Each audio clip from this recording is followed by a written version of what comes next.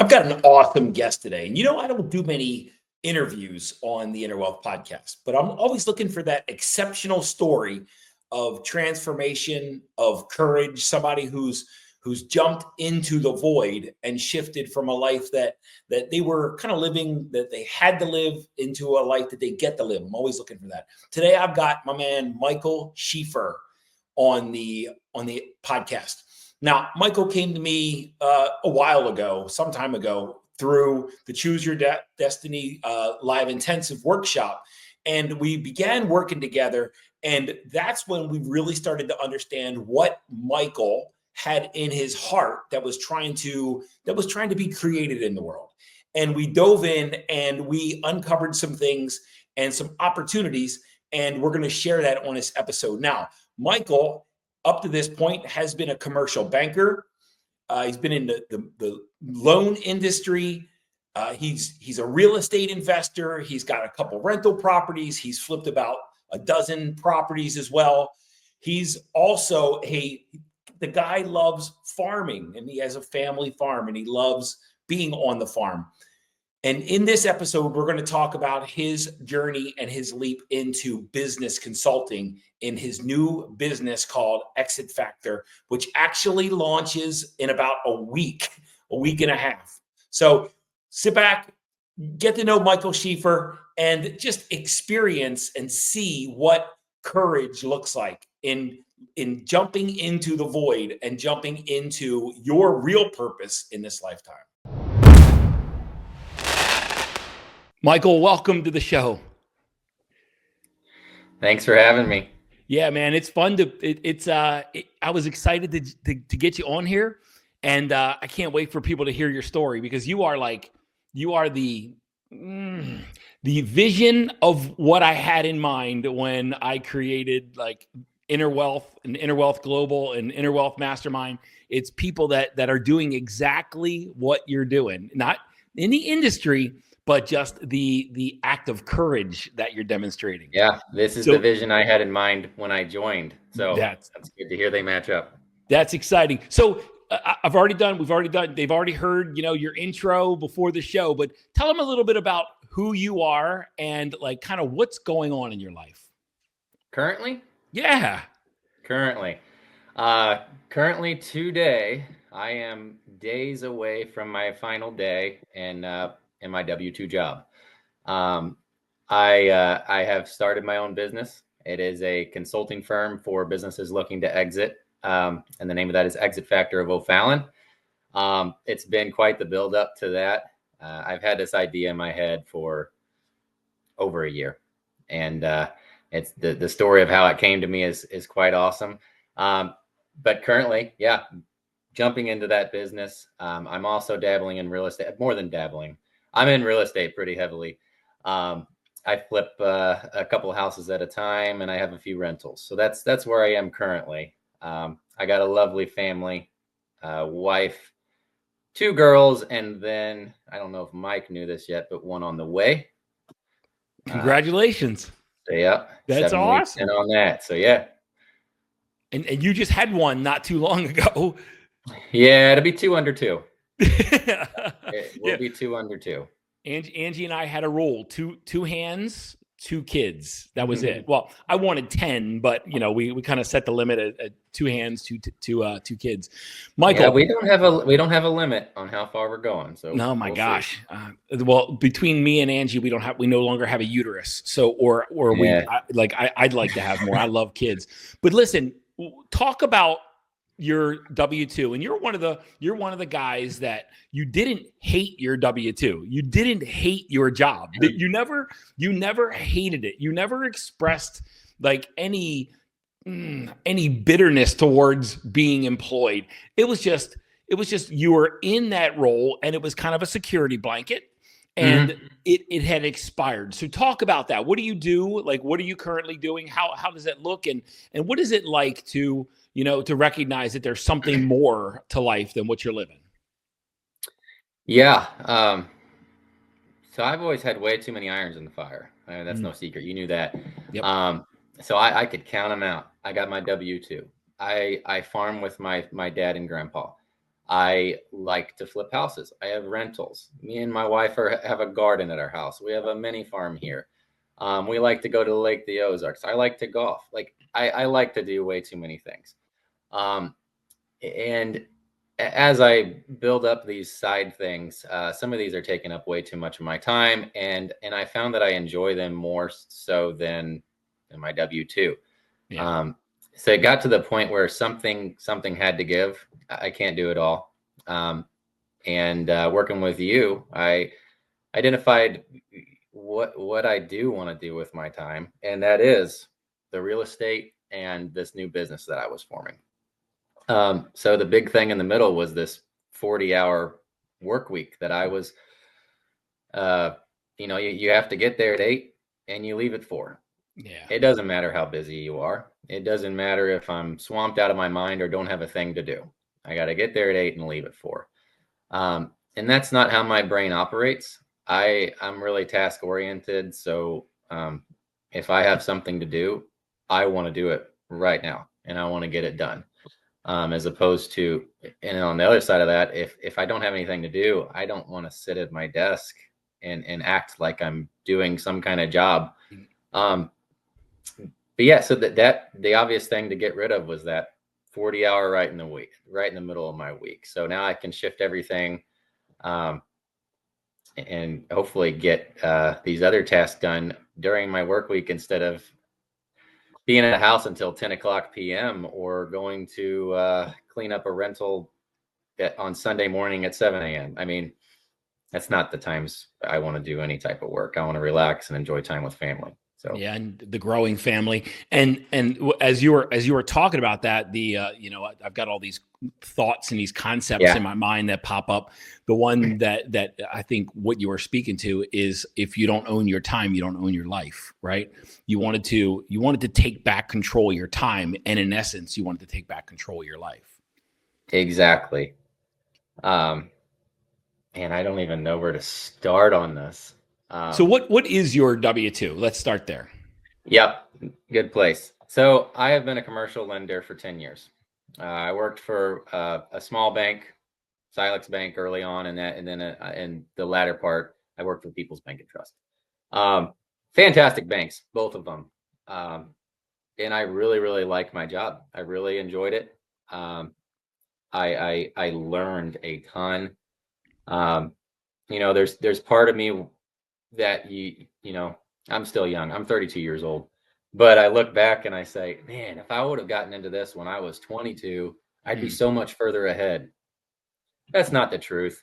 I had so many experiences and I've gained so much knowledge from these jobs. The fact that I can go into conversations now with a potential client that I'm going to be working with and say, hey, I have 10 years experience working with businesses like yours from a different type of table. I was a commercial lender. I've seen these types of things. So that aspect of experience is just, I'm grateful. I think I don't regret my past one bit. I'm just super, super happy to be where I'm at, headed towards this final day. But yeah, and as far as, the exit from the bank, I don't think there's a bit of hostility, maybe there is, but I definitely don't hate or not enjoy any of my previous coworkers. And I don't think that's the way they feel about me either. I have a really good relationship with my, soon to be previous employer, Justin St. Pierre there at the bank. I think he's going to be a big proponent of, future Michael. So love that. He's sad to see me go, but, I think a lot of people there kind of saw the writing on the wall as I kind of got a little bit further removed, and I'd be in and out and they'd say, where were you? And I'd say, I was closing a loan for a customer. Okay. At some point I can't be closing loans for customers 3 hours a day. Like, come on, Michael. Yeah. Yeah. And that's what I think makes you exceptional in this realm. So I'll tell a quick story. I remember my older daughter growing up, like when we left Oregon to come to Missouri, But when she went from elementary school to middle school, she hated her elementary school. Like it was almost like to like middle school, she had to hate her elementary school. Then when we moved here, in order to love high school, she had to hate middle school. And then when she graduated high school, she went to college. And in order to love her college, she had to hate her high school. So it was like she always had to make the past wrong in some way to feel good about where she was. And then she changed colleges. She loved her first college. Then she changed, went to a second college. And then she had to make the first college bad and wrong. But that's what makes you exceptional is I've never heard you one time complain about you're having a job, the bank. It was just you were craving more of freedom, more time freedom, more control over your life. But I've never heard you complain one time about any of this. No, I mean, my wife might hear it occasionally, but no, I really don't have a logistic, like a real complaint about it. Yeah. I love that. I can't name one person that doesn't quite get, that gets along with every single person in the room. So, I mean, yeah, are there people at that bank that maybe I butt heads with? Fine. Yeah. Are there things about a W-2 that I completely resent? Absolutely. But as far as the place, the people there, no, fantastic. Love it. Love it. So you're commercial lending. And then there was this magical moment on one of the Inner Wealth mastermind business calls. And it was kind of a moment of awakening for you. Tell us about, the moment I'm talking about. Tell us about that moment. What happened? Are you talking about my idea? Yeah. Yeah. The concept, the vision, the clarity. Yeah. So dealing with customers at the bank, it's no secret that business owners try to lower their tax threshold as much as they possibly can. So they bring me tax returns, and their bottom line is always as low as possible so that they can avoid paying an absorbent amount of taxes. So seeing this and then seeing how it was done on paper and then in their other financials, I look across the table and I say, this guy's got this great business, but on paper, he struggles to get a loan from a bank, to where I'm telling you can't afford a certain loan payment. And then this guy's telling me back, well, yes, I can. I don't know. So there's a disconnect between what the business is actually doing, what shows up on the paper, and then what the loan officer is able to do for them. Yeah. So my idea was I wanted to start a consulting business to make businesses bankable. And that was going to be my slogan, making businesses bankable. And I went through the logistics of it all and how I was going to jump into this and become this consultant. And I could never make sense of it on my own. So that idea kind of fizzled away for, I want to say, almost a year. It fizzled away. Then this drive to be my own, on my own, it came up again. And I was looking at businesses on Biz Buy Sell. And one of them happened to be a Signorama, which is a sign store. And anyways, I went down the path of trying to get more details on it. I learned that it was a franchise owned by UFG, United Franchise Group, and went through their whole tour and got the whole pitch from them. And somewhere along the lines, I decided I didn't want to do that. I didn't want to buy that business. So that stopped. Months later, I want to say half a year went by, and I get a phone call from the franchise salesperson. And he said, hey, it didn't work out with Signorama, but I was looking back over your file and your past experiences, and I have something else that you might be interested in. And that's when he was pitching me Exit Factor, which is also owned by the same franchise group. And this guy, Dan Nemanitis, he gives me this pitch, and he's going through what this business does. And the whole time he's talking, I'm laughing, and almost like a nervous laugh, like, oh, why is this happening? The guy was pitching my idea to me. Yeah. And the only words that were different was when I used bankable, he would use saleable or exitable. So Exit Factor is making businesses exitable, saleable. My idea was making businesses bankable. it's the same exact thing. Yeah, it is. It's the same exact thing. A little more in depth, but man, same thing. So I want to say that took me a total of 20 days from when he pitched the idea to me to being under contract. Right. On buying the franchise and bringing it to St. Louis. It's amazing, and I get to work with awesome people, and I get to see their success compound over time, and with enough soak time, everybody will start to step into their their vision as they intended.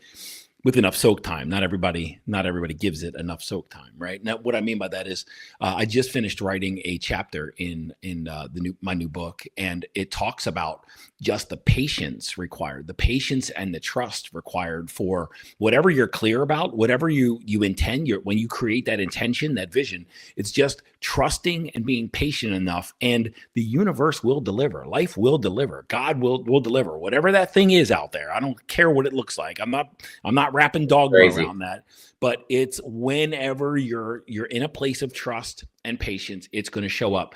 And you came on right after that happened. You called and you said, "You're never going to believe what happened." And I said that on the mastermind with everybody. Yeah. And that was before I committed to buying it. I said, this came in my face that I have no idea why this is happening, but I'm going to look into it deeply. And after a little bit more research, it was what I wanted. And our good friend Brian Schroeder always says that where people go wrong in the creation process often is not receiving. When you get what you said you wanted, when it shows up, you got to receive it. And you did. And that was that 20 days, right? 20 days was the receiving process. But you could have easily said, no, I'm going to stay in my job. I'm going to keep my security blanket. But instead, you jumped into the void and you started to actually receive the clarity that you had received. Yeah, I actually did. I fought it for quite some time, even after that, because even with working with the franchise, I said, hey, maybe is there a way I can retain my job and get this on its feet?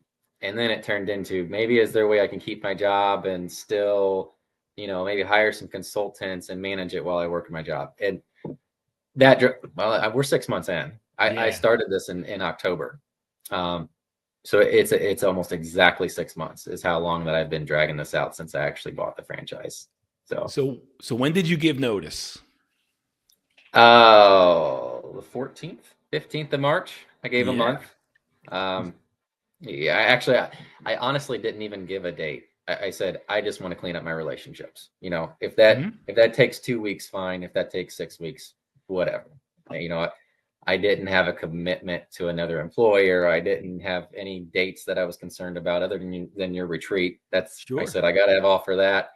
But no, I'm just letting it play out, and I will help them get all of my loose ends tied up. So that's where I'm at right now. So let's timeline this. The 14th, you gave notice, and you said, I don't know. I'm not going to give an exact date. Yep. This episode will launch on March 27th. And when is the official, or maybe the soft and the official launch of Exit Factor? As far as the franchise is concerned, it's April 1st. That's 1st. The official launch. Like all my systems, processes, it's set up. I have a consultant hired, and she is already working with a client. So we're moving and grooving. This thing, now that we finally have the foot, I probably had the foot on the brake a little bit, but now that I had the foot on the gas, I think we're gonna start to see some serious momentum now. Yeah. When is the official launch? The public. Yeah, Go ahead. I have a lunch and learn, April 4th, Thursday during lunch, and anybody that wants to come, by all means, come by. That's going to be at the Waterbury building in O'Fallon, and just let me know, and I'll add you to the list. So this is a worldwide podcast. So 8:30 Waterbury Falls Drive in O'Fallon, Missouri. So if you're interested from coming from anywhere around Tokyo. the world, right? 8:30 Waterbury Falls Drive in O'Fallon, Missouri. That's where this thing's gonna be held. And Michael will be there, and he'll be sharing kind of what he's doing, his vision for Exit Factor, and come and jam and come and show up. Yep. I hope not to bore anybody. That's the main thing there. I don't want to get up there and talk for 30 or 40 minutes. I just want to get up there, say my spiel, and then walk around the room and talk to people individually. So that's kind of what I have in mind with that.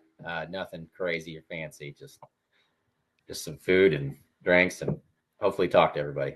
And that's April 4th. So we're not done with this thing yet. We're not wrapping up yet. We're just getting kind of getting that message anchored a little bit, that the week, basically a week or a week and a half after this episode drops, Michael will be in full momentum, full throttle. So now, okay, we talked about the full throttle. April 4th is full throttle. Now let's talk about kind of the discussions that you and your wife and you and your family have been having behind the scenes, because like I started off, this is an act of courage. Not everybody has the courage to jump into the void, and you are, right? So, I love the entrepreneurial spirit. You know that. I love the entrepreneurial spirit, because when you're in business for yourself, there's nowhere to hide. It's eat what you kill. You market, you create a concept, you market, you sell, you're the operator often until you build something when you can start hiring employees. You are the hunter and you are the consumer. So the point being is that's scary. And it takes an act of courage. This is a very, Brian Schroeder and I Brian and I had a conversation one time. This is the most spiritual freaking development work that you could ever imagine, because it challenges every aspect, and you're going to feel everything you don't want to feel. You're going to experience what you don't want to experience. Tell us what those conversations were like leading up to this. Well, okay. So just a smidge of background with my wife. She's an occupational therapist. She used to be in SSM hospitals. In the hospitals. When COVID happened, we were expecting Amelia, our first child. And she said, I'm not going back to the hospital. And at that point, she started her health coaching business, which at this point now is doing great. She got into a multi-level market selling wine. And then she also did some in-home visits for a Missouri program called First Steps. So she had a few irons in the fire, but she left W-2. At that point, I wanted to too. I had decided I was going to be a realtor. Hindsight, I'm really glad I didn't. I do not want to be a realtor. I do have my realtor's license, but it's only for my own flips. I don't want that to be my full-time job. Will I take one on occasionally? Fine, yes, but that's not my full-time thing. So anyways, Sarah now, she's been working from home. Now she's starting to homeschool our youngest daughter. So this is where the vision kind of takes place. Sarah is super flexible in our life outside of my W-2, super flexible. So I think that was the whole goal here, is that we could get to a point to where we could leave on a Tuesday and go to the lake and come home on a Thursday. No questions asked. Just needed somebody to come to our house and watch our animals or something. But as far as conversations, terrifying. Yeah. It's terrifying because through the bank, I get all of my healthcare paid for. Insurance is paid for. They also match 401k and all that good stuff. A lot of employers do that. So that's a question mark. It's kind of like something, I don't want to say they're holding it over your heads, like, hey, if you leave, you won't have health insurance and the 401k match anymore. Yeah. You just have to account for that. Early on, you asked me, what does it take in a month? What do I need in a month to survive? And I went through the budget, and then it just added $1,500 for health insurance and another little bit for 401k. It's just a shift in mentality, and it just took a really long time to get there. Honestly, I'm still scared, but at this point, I'm not scared about the income at all. I'll make the income. That's not there's not a doubt in my mind that I'm not going to make the income. Yeah, I you might will. make 2 or 3 times the income, or I might not. I might not cover what I'm making right now, but none of that even matters. None of it matters because that's not the reason I'm doing it. I'm doing it for more time with my family. My daughter, she's always wanting to go places with me, and she can't come sit in my office at the bank all day, but maybe there's a day where I'm looking around at houses and she can get in the truck and ride around with me. I mean, so there's a lot more flexibility that we were after, and that's what I think we're going to be getting here soon. That is the reward, man. That is, and Yep. you will make 2 to 3 times the income that you made at the bank. You'll crush it. In fact, you and I, you got all these irons in the fire. And one thing, let me back up because you mentioned it, but Michael loves farming. Michael loves being on the farm. Michael loves being on the family farm and tending to the animals and tending to the farm. That's one piece of it, right? He's got so many irons in the fire. But one of those irons is real estate. And there was a time, like I think it was over the last few months, where you're like, I already made as much in real estate over the last 12 months as I would have in the bank. Yeah. So the income, that's exactly right. The income has already been replaced, and by ramping up activities that you're already doing, and the exit factor is just going to serve your soul, because it's what's in your soul trying to get out. It's really the purpose that you're looking to explore right now, and that's just going to create even more income and compensation. But the reward, the treasure, is time freedom, and that's what you are after, and that's what we're all after in the entrepreneurial game. Yep. And you mentioned discussions prior to leaving my job with my wife, and yeah, I'll just go back to, we're both terrified. We were both terrified for the longest time. There's a lot of times where let's go back to last year. I would say January 1st, that's when I'm done. And Sarah would say, "Oh, are you sure? Like, we really, like, how are we going to do this?" And then that turned into February 1st, March 1st. It's here now, but yeah, we kept pushing that because there was a lot of pushback. Not just from Sarah. I can't blame her. It was me. I mean, it was me because, I was terrified, thrown away. And even though, I mean, I'll say it, I'm not complaining about my previous salary, but I'm not impressed. I'm really not impressed with it at all. It's not. I can easily cover it, and now I just have that confidence built up that that part is not even a doubt or a worry. It's just I honestly think there was so many other things at play, which I've talked to you about as well. You throw my parents into the mix, you throw my community into the mix. I just had this idea built up that my parents were going to hate me if I left my W-2. Like, my parents were going to hate me. My mom's worked at People's Bank for 38 years. Right. The same bank as me. So I had this fear that I was going to leave and Mom was going to resent me and think I was stupid. She might think I'm stupid. Actually, I should say that out loud. But she doesn't resent me. She wishes me well, and here we go. Like, we're off to the races now. I just had these discussions imagined in my head that I was going to have with my parents, and they were going to disown me. And none of that happens. And then you got the bank. I mean, man, an icon of Lincoln County. Anytime anybody asks for a donation, the bank's the first one there with $10,000. Like, so I think that all weighed into it is, man, I'm leaving this wonderful place and all these people are going to hate me. Nobody hates me. Nobody hates you. I was making it all up. Nobody hates you. And I want to unpack some stuff real quick. And it's a little bit of a teachable moment. Because really what happens is when you said, when I asked you the question, I ask that question, 10 times a day when I'm talking to people, what do you need to survive? How much, when somebody's looking to make the leap from, W-2 into entrepreneurism, or looking to, level up in some way, it's like, what does it take? And it usually doesn't take a whole lot. like to manage our lifestyle. So I think I'm around people with a good, healthy income, but we're not high maintenance in terms of we don't have like this lavish, millions of dollars of spend every month. But the point is you didn't need a whole lot to make the transition.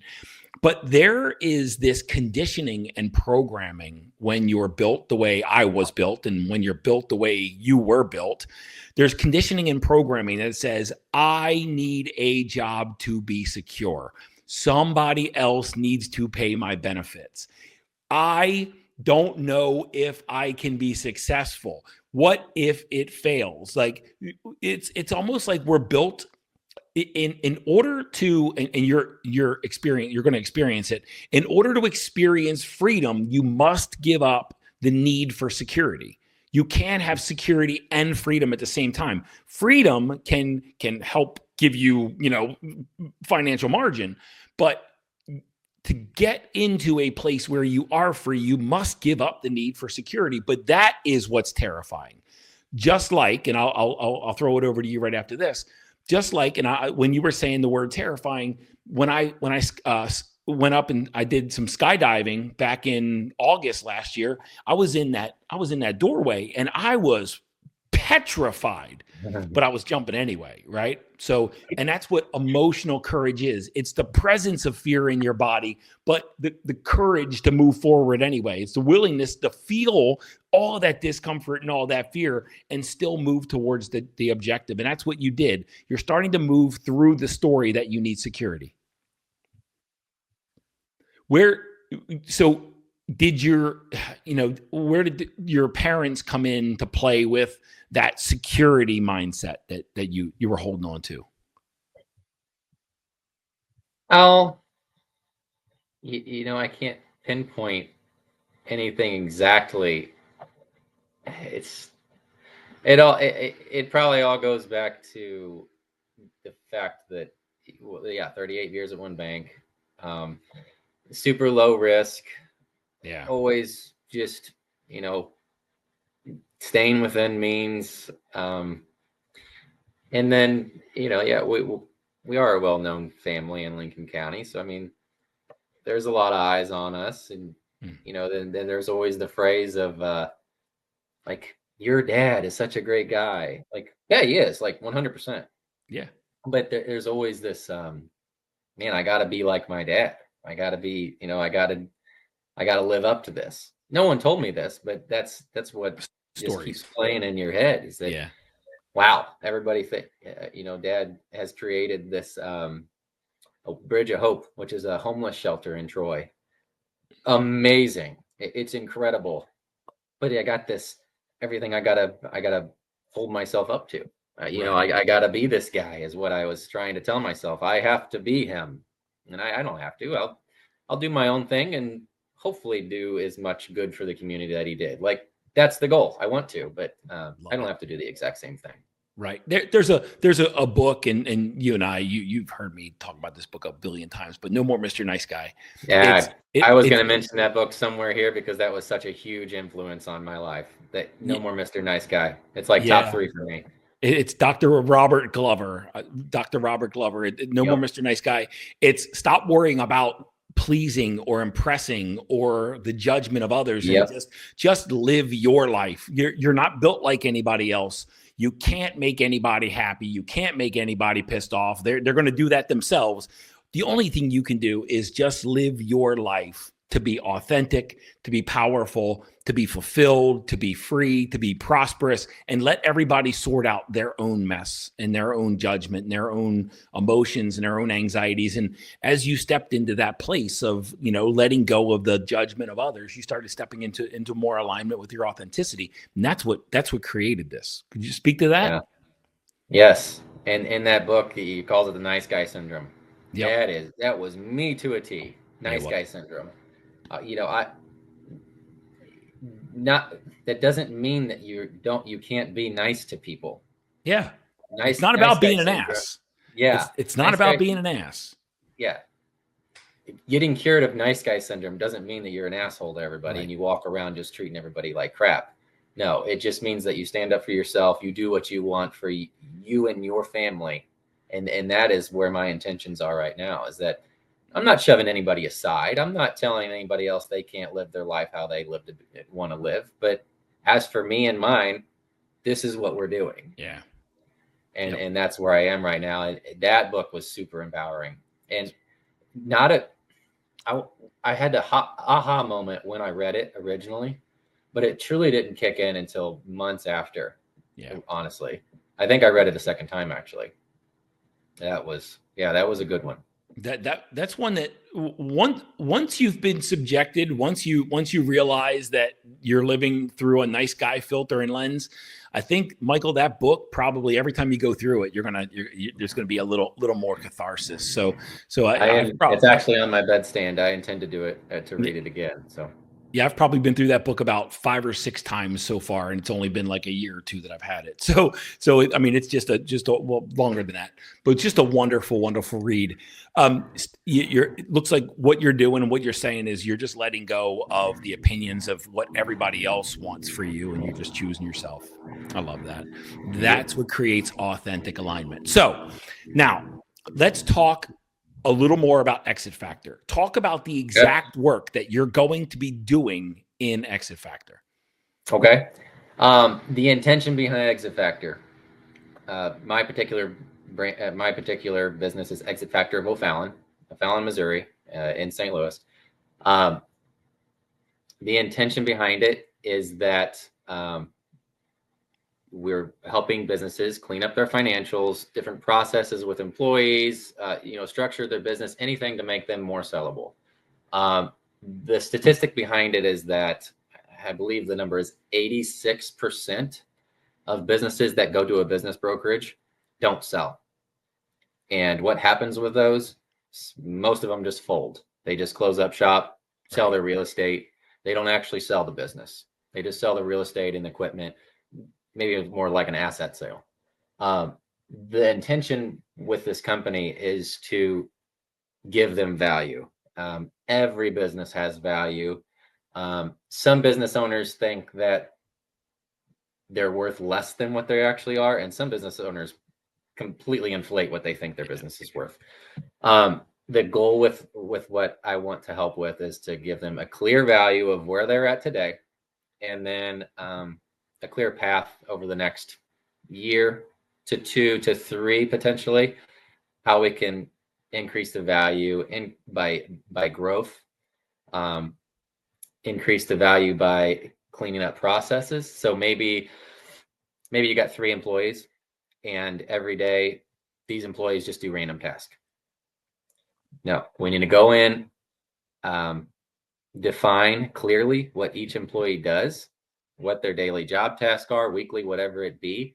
That way, if employee A leaves, you get a job listing, you can hire someone to jump right into their role.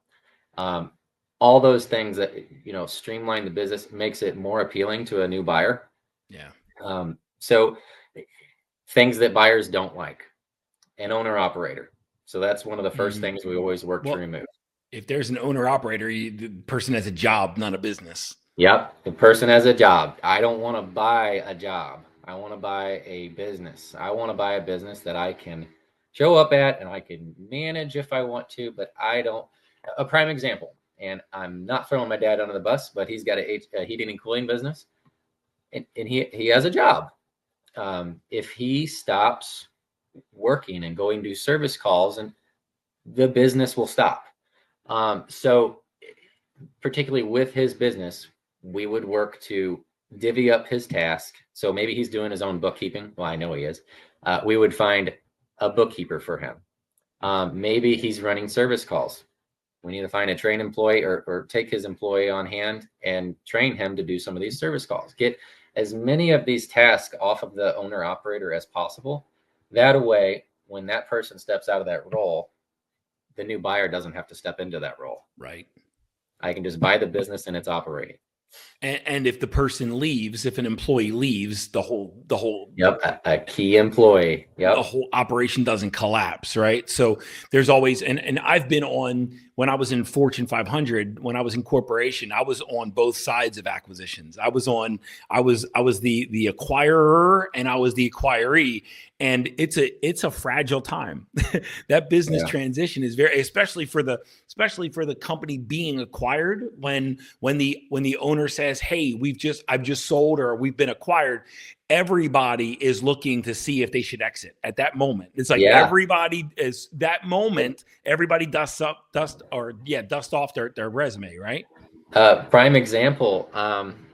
The franchise owner from Denver spoke about how she had a business that she was working through, and she repeatedly said, "Now, I know you might care about your employees, and you might want to fill them in on this and tell them what you're doing, but I promise you, please do not tell them. Please do not tell them." And the lady kept it to herself as she was building this business for an exit.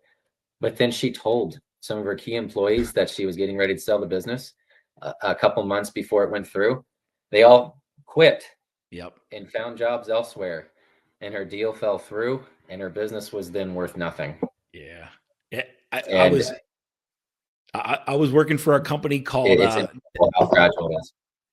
I was working for a company called Tektronix in Portland, Oregon, and we were acquired by a company called Danaher, and Danaher is Okay. it was huge at the time. It was called Danaher. I think it's something different now, but it was a holding company, and they took what we had 3,000 employees or something, and they brought us all like into a conference, into separate conference rooms, and told everybody. And it's like this was a multi-billion-dollar company that we were running, and it was completely a secret that we were being acquired, right? Completely a surprise secret. meeting. Yeah, and that's where you find out. But it's in that moment that I had a brand new kid.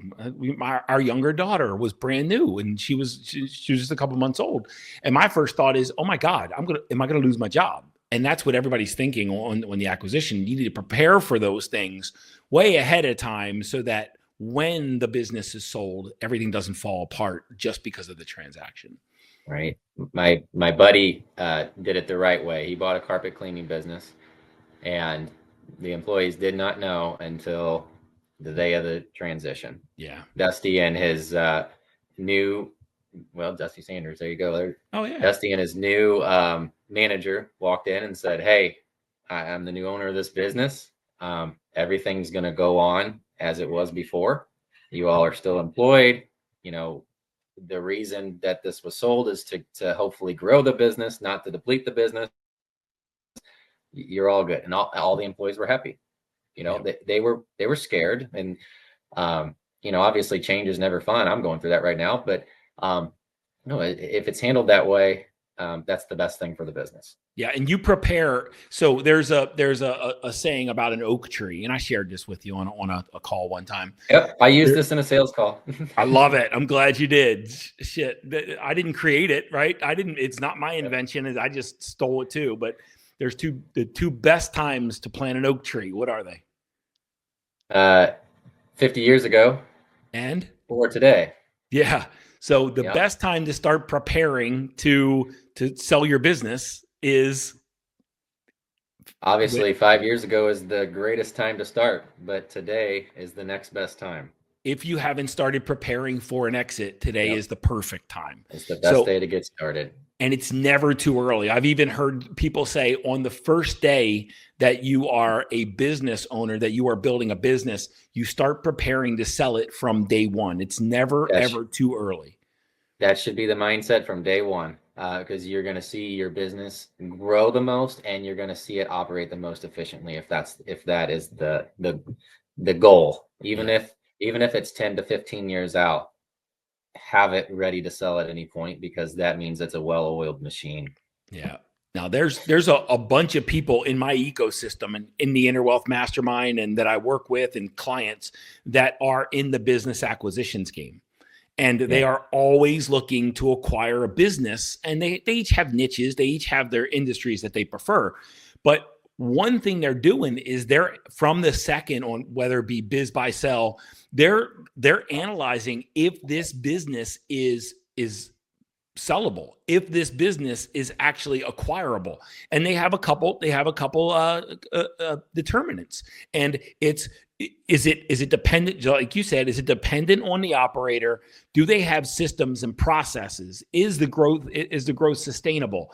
Are they asking too much, right? I mean, all of these things, and this is what you help businesses prepare for. It's to make sure it's airtight so that when they want to sell, they can.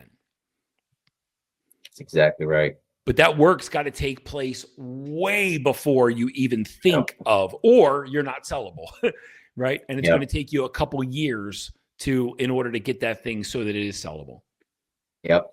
And currently, I'm working on that mindset shift with business brokers. That, believe it or not, this is going to be one of the hardest hurdles here, is because if a business goes to a business broker and they think they're worth $1 million, maybe the business broker thinks they can get them sold for 750. If you're the business broker, would you rather sell that business right now for 750 and get your commission check, or would you send it off to me and let me clean up this business for potentially 1 to 3 years, in the hopes that in 3 years I'm sending it back to you, which I would have some kind of contractual agreement with them. Sure. Send it back to them 50% higher, so maybe it's worth 1.5 at that time. Right. I think the instant gratification with them currently is one of my biggest hurdles. Some get it, some don't, but that's what I'm working on right now with these relationship with business brokers, is trying to get them to see the value and sending them off, let them grow, let them nurture for a couple of years, and then bring them back and make more money. I think that the fast paycheck is what we're after currently. When in all reality, it's better for us to grow a little bit for 2 years and then get them to sell. Increase the value and increase the commission over time. Well, Michael, it sounds like you are in alignment with what you want to do, and you're moving into alignment. It sounds like you've got like massive clarity. It sounds like you're excited about this. If somebody wanted to, maybe they have a business right now and they're looking to get that thing prepared. Maybe they have line of sight for an exit. Maybe they don't. But if they wanted to connect with you, how can they find you? Where can they find you? Exit Factor of O'Fallon is on Facebook, Instagram. So you can find me there. My email, michael.schieffer@exitfactor.com. You can contact me there as well. Or we have a website, which is linked to every franchise in the nation. So if I'm not the closest one to you, somebody can help you, or contact me and I can refer you to the right direction. Awesome. And I'll put all of those links in the show notes. So if you or somebody is running a business and wants to get it airtight before you sell so that you get max value out of your business, go connect with Michael and connect with Exit Factor. And how that looks, that doesn't mean that you have to come to me and pay me. You have to sign up for my consulting to get a tidbit from me. How it would look is I'd have an intro call, roughly 30 minutes. We'd talk about where you're at currently, and then talk about what's best for you. Maybe that just means you need some sort of SBA loan, and I have a referral for you. Maybe that means that I can already tell that you might just need a bookkeeper, and I have a referral for you there too.